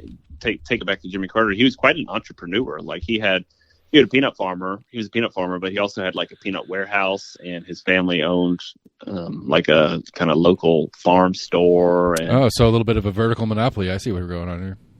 Yeah. And then most recently, he has a lot. I think he still owns, or he's dead now. His family still owns a lot of land there, and they had started a solar farm as well too. kind of like as an experiment to see if it would work in rural Georgia. I thought that was kind of interesting. Like even until in the 90s, he was still like trying different stuff out. I mean, he's out there swinging hammers, like obviously photo op hammers, but he's still swinging hammers. Oh yeah, he was a champ. He was a champ on the. Yeah. Well, are you friends with Kevin Murphy on Facebook? He had a really interesting story. He said one time I was volunteering at Habitat for Humanity, and it was like 6:00 in the morning, and I got told that someone wanted to talk to me. So I got out, went over there, and there was this old man, and he was very angry. And he said, are you the young man that's in charge of such and such? He said, yes, sir. And he said, I can't believe, but you didn't put plastic down on the carpet, and it's got mud in there. And these people deserve a clean carpet, and I want you to get up there and do that right now. And he said, yes, sir. And then come to find out later, he didn't know who it was, but it was Jimmy Carter. Nice. Yeah. I'll tell you. Yeah, that's a good story. He got chewed out by Jimmy Carter for not putting plastic down on the carpet. I mean, he's not wrong. I mean, Jimmy wasn't wrong. I mean, to be fair. Yeah. Yeah. He said these people deserve a good carpet. It's true. So the city council races, you know anything about that? We're warming up to it. It's nothing's happening yet. I'm excited with the new voting rules. I like the new voting rules. I think that's appropriate. Yeah. It was that was closer than I thought it would be. It was pretty close. It was, I don't know. You know, it's one of those, the no's don't win a lot. No's, they're by design of the question. Yeah, I was really disappointed with the city's attempt to try to stop it. Like, I understand the contempt of how it got to be. Like, I get it. Like, I understand from the city council's perspective, the state came in and told them how to run their own fucking government and screw you guys. Yeah. I get that. Blaine Davis did. Well, Eric did. Yeah. I mean, I get that from the perspective of, but at the same time, it's like, you weren't going to do it on your own. Yeah. And just straight politics, not governance or whatever, but just straight politics, what would incentivize you to do this, even though it's arguably the right thing to do? Other than some other entity forcing you to do it. Yeah, yeah. Well, I didn't really have a strong opinion about it, but what I do think is interesting is it's cheaper to run for city council now. It used to be citywide, and that's expensive. And just kind of the pure economics of it is it's cheaper. You don't have to raise as much money to run now. Yeah, I agree, and it should open the door, and you don't need to have as much reach. You don't need to know as many people around town. You can just know people in your district and still have that effect. Yeah. Mm-hmm. Yeah. Yeah. But I mean, I think realistically, if you get down to the brass tacks of it, is there should be one Republican in city council. Demographically, there's Lynn. Is she though? I mean, I guess technically Testerman was theoretically one too. He only votes in Republican primaries, so I don't know what you call that, but I call it a Republican. You're right. I don't know the rules. Yeah. But there should be so in that case, there should be two or maybe three. Eddie Manis Republican. Do it? She's an Eddie Manis Republican. Right, which the Republicans say isn't a Republican. Yeah. She's a raging liberal, they say. I mean, if Eddie Manis is, then she is too. And so is Janet. So is Janet, for that matter. And you say, again, going back to what we were talking about earlier. Janet ran against Elaine, and I know that's what I was about to say. But it came off as so fake. It totally came off as so fake. Well, I mean, Janet's a fairly fake lady in and of her own. She just is. Like, she's a very I don't know. She doesn't come off as a down to earth anybody that you would actually meet in real life kind of person. But it was obvious that she had hired some consultant that told her to run hard right immediately. Yeah. Like I think her first post was something about radical President Joe Biden's infrastructure bill. And I was like, what are you talking about? This isn't when have you ever talked about stuff like this? But whatever, I guess it's what she felt like she had to do. All right. So here's the tough question. Do you think Joe Biden should still be president right now? Do you think he should have stepped aside? I think he should still be president right now. Yeah. Did you watch that presser on the New Orleans thing that he did? No, I did not. Okay. Check that out and then you get back to me because that was tough. That was a hard thing to watch. All right. Yeah. How many I guess it did not go well. Yeah, I mean, well, it's one of those like Do you think it would be good for the country to have a president for 3 weeks who is the candidate who lost to the incoming president? No, I think it would have been. I think the appropriate move is like it would have been when he stepped aside from the race. Okay, like back in, when is that, July or something? Yeah. I mean, that would have been the most graceful, probably. I mean, it would have been the best legacy thing for him to do, I think, by any stretch. Is like, you know what? I realized that I was in over my head. I couldn't do it anymore. I stepped aside, and I ushered in the first black woman president that we've ever had in this country. And I think her chances of winning would have been better.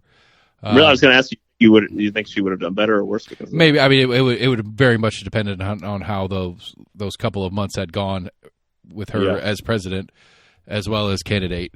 But I think it just on a purely strategic level, it's an incumbent president at that point. Yeah. You know, like one of the hardest things, and I think one of the of the sexism that the electorate probably does functionally have, it's the, can I see you as a president? Well, yeah, I see you as the president. Yeah. That's one of the questions that people ask in primaries. That's one of those survey questions. Yeah. Well, I can understand that perspective. But at this point, I think with 3 weeks to go, I don't think it would. Yeah, at this point, it does matter. I'm really just kind of I'm angling for a buddy of mine to win a bet because he bet that Biden wouldn't finish his term. Oh, really? You want me to try and talk to him about that? Give him a call. Be like, hey, man, it's. I mean, technically, it's not even a real bet anymore because the wager part of the bet is already tended to because he got his VA lifetime license, so he doesn't even need he won't even need what he wins if he does win the bet. But you know, I kind of agree with him, but I refuse to take the bet. Sam stayed out of the bet. It was it was AC and Max that did a bet. Is it like an official bet, like online, or is this just like within friends? Oh no, this was God. This was back when all four of us did the show regularly. We did Max and AC, who used to sit in fairly regularly. They did a bet that Biden wouldn't finish his term. And when was that? At what point did they bet that? That was right. That was very early 2020, or very early. That was 2020, 2021. That was right. That was after the election. Oh wow, this is a long time ago. Yeah, I've actually been meaning to, for the sake of making sure the bet is clear, go back and find the episode. Oh really? Yeah, you should. Yeah, I think for future episodes, if we ever place bets on episodes, that I'm going to do some sort of marking in the title of the episode that says there's a bet. Well, in this episode. I don't know if you should do that publicly on record. I don't think it's illegal to. I don't think it's illegal to gamble between friends like that. Oh, okay, I don't know. I'm not a lawyer. I don't think it's anything like it's not of value enough that I don't think the only one that might matter would be the IRS. It's pretend money for anyone listening. It's pretend money. Sure, it's in Volbucks. It's in Vols cash. But I kind of like. I mean, I don't know. It's been a rough run. It's been bad. It's hard not to say that it's been bad. And it's not even that, like, I mean, policy wise, it's not been a bad presidency policy wise. Yeah, I mean, he's enacted huge pieces of legislation. I mean, legislatively, he's been very successful. So yeah, I don't know. What do you think the next 4 years lay ahead? I haven't even been thinking about it and trying not to think about it. Try not to think about it is probably a good way to go. I don't know. Like there's like, we touched on it earlier with the RFK stuff. Like there's part of me that's like, there's some stuff that could come out of here pretty decent. Yeah. Like I'm kind of like, part of me kind of enjoys the fact that Elon's flipping out about some continuing resolution mess. Yeah. And I'm not particularly pleased with the idea that this guy can randomly disrupt a legislative process enough to people are changing their votes off of what he tweeted. Yeah, I think that's really ridiculous. I mean, no one elected Elon Musk, and now he's exercising power over people. Yeah. Well, he's been exercising power over people in a lot of different ways for years because he has a lot of fucking money. And what's so funny though is that he only ever gets involved in policies that obviously influence his business interests. Sure, 100%. But like this whole Doge thing is fascinating to me. Now the whole Ramaswamy and him combo is not the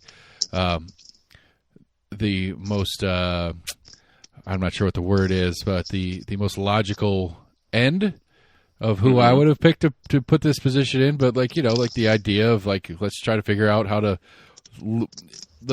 If the assumption is that there's waste to be found, let's find some waste and get rid of it. Okay, can't get mad at the premise. Now the execution is probably unlikely to be good. When Bill Clinton became president, he actually did a very similar thing, and he put Al Gore in charge of it. And I think they reduced, but I mean, it was like 1-2%, something like that. Because I mean, I do think there is waste and there is fraud and stuff like that, but I don't think by just eliminating that somehow you're going to eliminate 20% of the federal budget. I mean, there is. It's just that nobody is willing to touch what actually needs to be touched. Yeah. You know, well, and if you touch like what Elon, I think, wants to touch, it would be a political bloodbath. Yeah. You know, and well, the one of the two. The other one is the one that Elon doesn't want to touch because that's one that he directly makes a ton of money off of. I mean, he like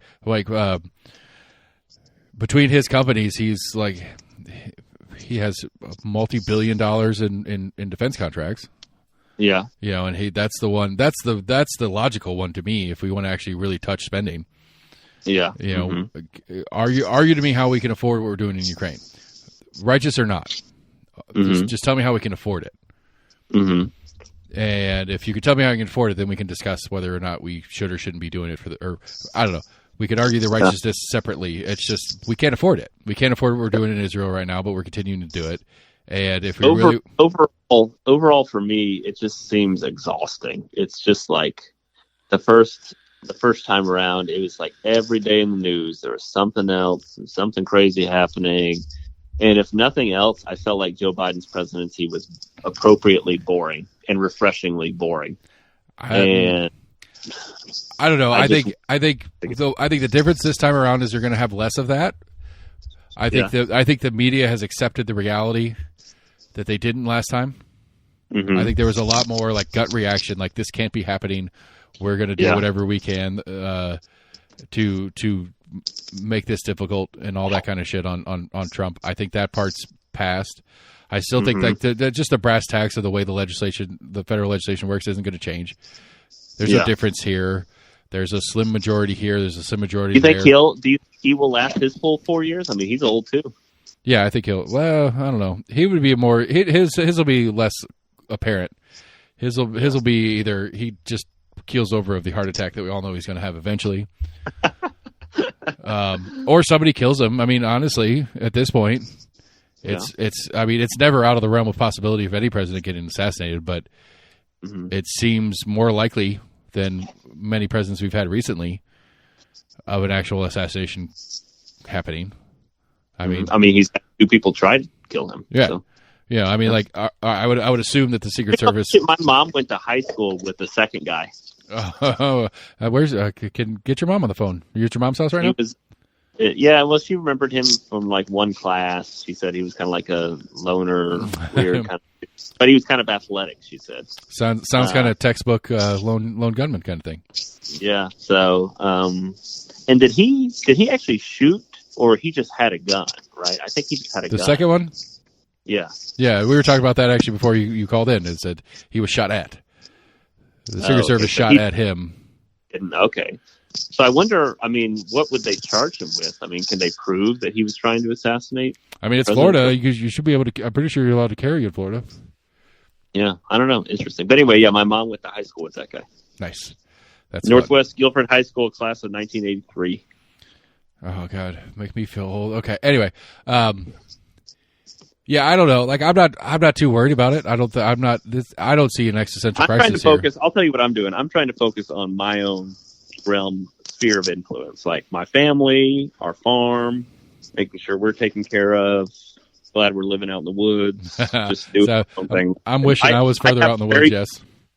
Yeah, I have no control on the federal level. I mean, even as someone as involved as I am, I have zero control, and so it does me no good to sit here and worry about it. Right. I think the real thing to look at and the real thing to have a conversation about on the federal level stuff is the 4 years from now. Do we, Sam, you can chime on this too. Do we really think he's not gonna leave if it's time? Does anybody actually really believe that he's going to try to install himself as a dictator for life kind of deal? I don't think he enjoys being president. I think he wants to win, and he wants to walk away as a not loser because he can't be a loser when he doesn't run because he's termed out. Yeah. Yeah, no, I agree. But then in the job, I think he actually finds it boring and doesn't like it. Because remember last time around, they had 6 hours of quote unquote executive time where he was just like in his room watching TV. I mean, yeah. Yeah. And so the question to me is the real question, like in the grand politics conversation, is what is the Republican Party now? What is it after this? How are candidates trying to run when pleasing him is no longer a factor? You can't recreate him. You can. I think there's been people who tried, like Ron DeSantis tried, and it came across as fake. Right. Or Vivek, for that matter, and he's actually on board with it. It's like, how do you primary against the guy that you want to be? Yeah, I don't know. I don't know what the Republican Party does after this. But I think I think the same question could be asked to the Democrats right now. It's like, how did you not beat him? That's a $1 billion question. What level of soul searching are the Democrats actually going to do to actually really break down? Right now, I think we're all just collectively depressed and probably not thinking about it. I don't know. I mean, it's obvious there has to be some sort of rebuilding. There has to be some recalibration. I think that there are. But here's the question. Here's the question that you might know the issue is like, who's on deck? Kamala's already made reference to running in 28. Yeah, I don't think it's. If it's not her, and it shouldn't, and realistically, not because of her or her color, but if it's not her, who's the party going to put up?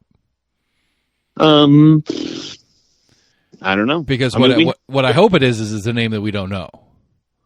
Yeah, a Jimmy Carter. Right. Well, I'm pretty sure we started this episode with "There will never be." Yeah, there will never be. And there won't be. And too bad he passed away last week because he was still eligible to run for a second term. I mean, and he's not too old apparently. No, I think there needs to be start afresh. I think that it's a reckoning for the party to realize we've got to do something new. We've got to. I mean, AOC is talking about it. She'll be old enough finally. Oh, really? Yeah, she'll hit the age. Yeah, I don't know. I do think that even we were talking about primary. I think our primary electorate will be in a different place 4 years from now than we were in 2020. Yes, because they'll actually be able to do a primary. Well, or I'm talking about 2020 when there was a primary. Oh, sorry, you're right. My bad. There wasn't a primary. I really don't think it will be a run to the left like it has been in the past because I think people realize that's not where the electorate is. I don't know. That's the thing is like the last non quote unquote standard Democrat was Bernie, and he was a run to the left.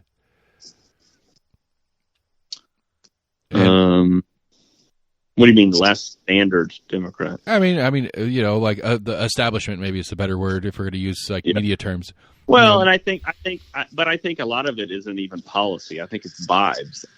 If nothing else, this election proved that all politics is just vibes. It's not even policy. Right, which is why what we really need is we need a legislature that's happy to dismantle their control and let the vibes. Yeah. I mean, I liked Tim Walz. I liked Tim Walz because he was like, he was kind of like a man, like a masculine, more liberal person. Yeah, but he put tampons in the boys' room. What's up with that? He hunted and fished and liked the outdoors. And I mean, again, I think it's just all, unfortunately, I think it's vibes. It's less policy and more like, Donald Trump's at McDonald's working the drive-thru. Meanwhile, Kamala Harris actually worked at McDonald's. Did she, though? I thought that was the confusion.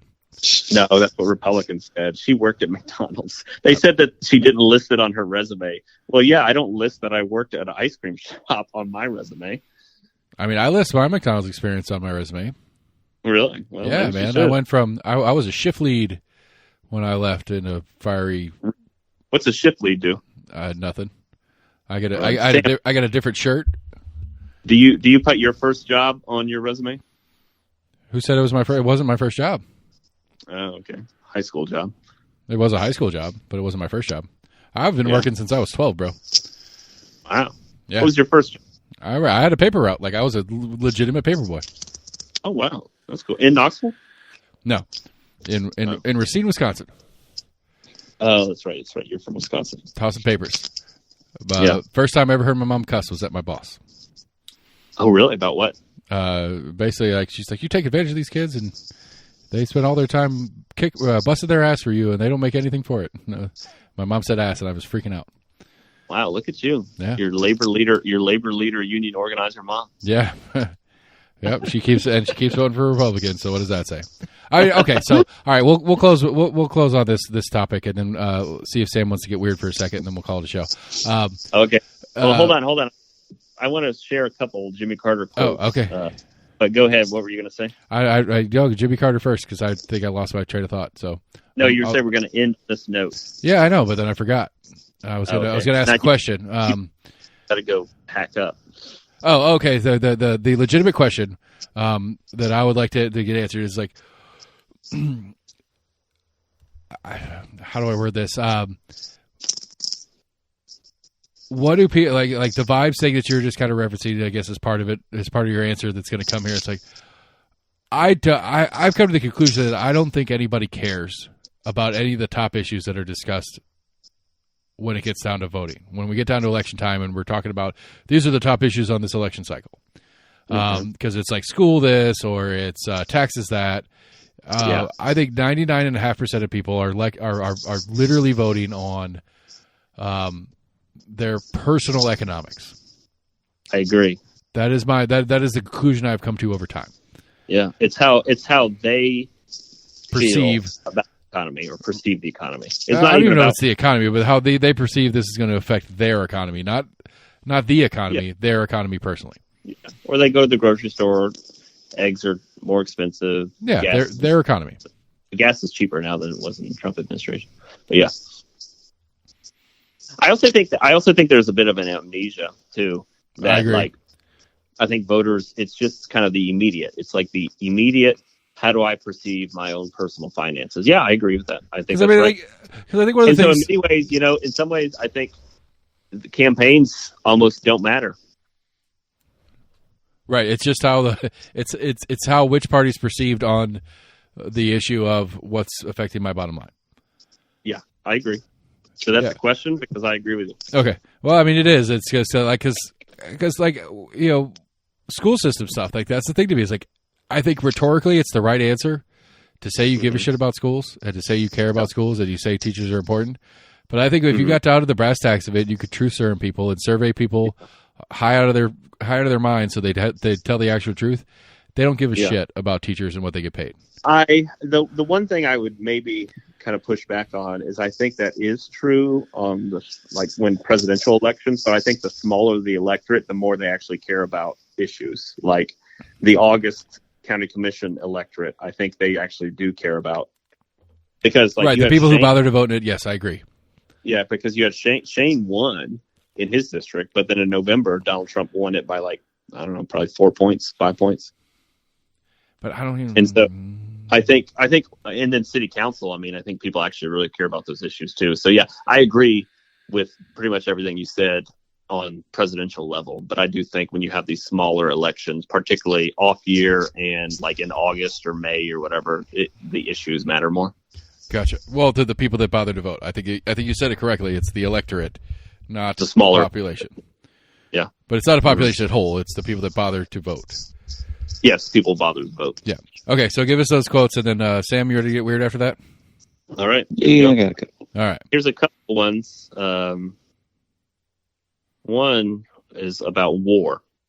He said this when he was president. Or no, he said this as Nobel Prize speech.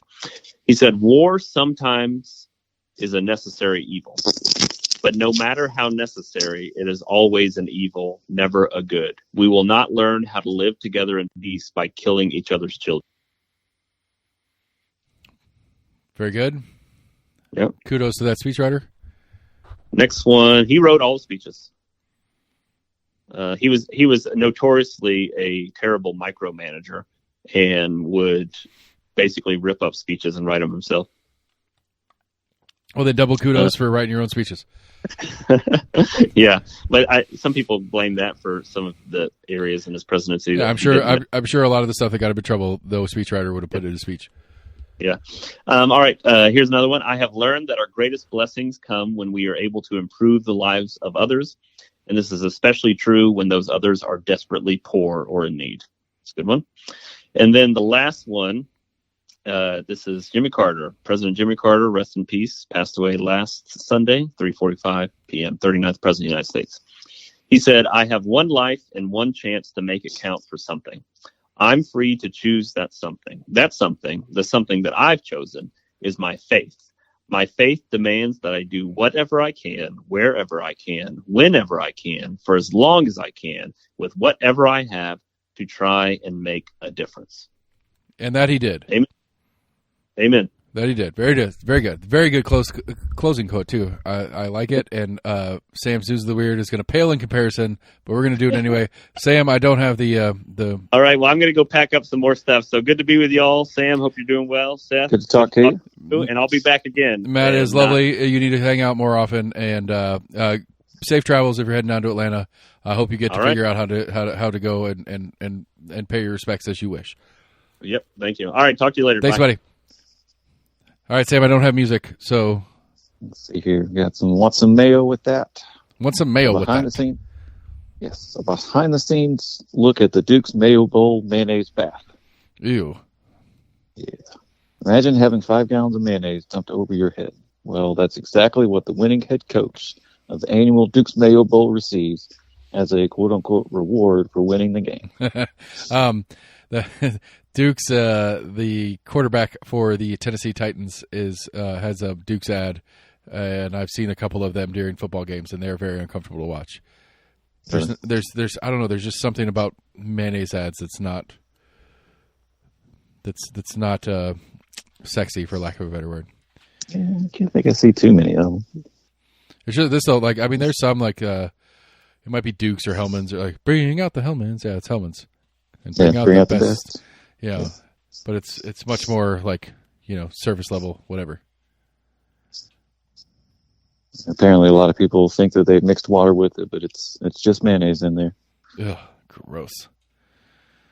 Yeah, whatever. I mean, the Pop-Tart one was pretty funny. They put a giant pop. The MVP of the game at the Pop-Tart bowl or whatever got to pick which of a short list of flavors which is their favorite Pop-Tart. And then they had mascots that had been this like 4 or 5 chosen ones that were mascots that were running around during the game and all that kind of stuff. And they jumped into a giant toaster on the field. And then out of the side of the toaster came a giant version of whatever that one was. And then all the players got to eat it. It was weird. All right, one more and let's call the show. Yeah, that was a really good one. That was the only good one? All right. Well, you got any last calls? Any last things that you want to discuss before we call it? I think I saw anything else interesting. Oh, I did see, I was trying to flip for it earlier, but I saw a story on that building that we were talking about that was an architecture firm or whatever. And they were talking about the business that was going into it, and it sounded like a really interesting thing, but I can't remember what it was supposed to be. The old laundry one? Yeah. I mean, it's supposed to be their offices for the architecture firm. Yeah, but I guess it's going to be something else because it's bigger than that. Yeah, building. It's going to be more than just the one. Yeah, right. I think they were talking about, I guess, like the other part of the space. Oh, I hope we could find that. I'm really curious. Yeah, I was trying to flip through it. I think it was like 4 or 5 days ago, and after that, it gets hard to find any kind of like local story. Yeah, at least on the app. Navigating is not easy on those apps once you get out of the most recent news. I agree. I think it's a local one app. Like, there's not even like a search bar anymore to try to search for like keywords in a story name. Yeah, I went and tried to find one of the old ones that we were in, and I searched my employee's name, and that's how I got there because he was mentioned in the story. Right. But any other keywords that would make sense to it, I never got close to it. I just had to get him because he was the one. I try to hop on the website and look for it or something. Yeah. So that was the other thing I thought that was kind of interesting that we talked about. Well, cool. All right. See, I don't know how many rounds it went for the speaker talk, but I don't know. It wasn't as tumultuous as I thought it was going to be.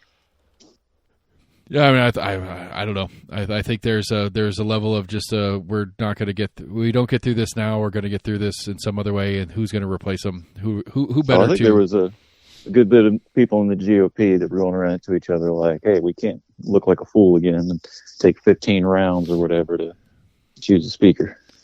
We got to get our shit together. You got to be uniform." I don't know. I mean, I do you really think that people care? Like normal people? Like, do you think, oh, well, they're just a bunch of idiots, they can't make a decision? I mean, it would be already kind of like not great kind of perception of Congress. It doesn't help their. But I mean, that like the easy argument would be, it's like, well, why couldn't you get like 5 Democrats to vote for him? And then these weird other guys that refuse to play by the rules, get them out of the, like, they don't matter because I could get 5 of 200 Democrats to vote for me. That's kind of where I'm stuck on that one. It's like, okay, well, like, who's the best to lead the room? Okay, well, yeah, but not many from like the opposing party are going to be willing to vote across aisle, I guess. But I mean, it should be like getting someone that they really don't like either. In a better world, it would be okay. The party in power.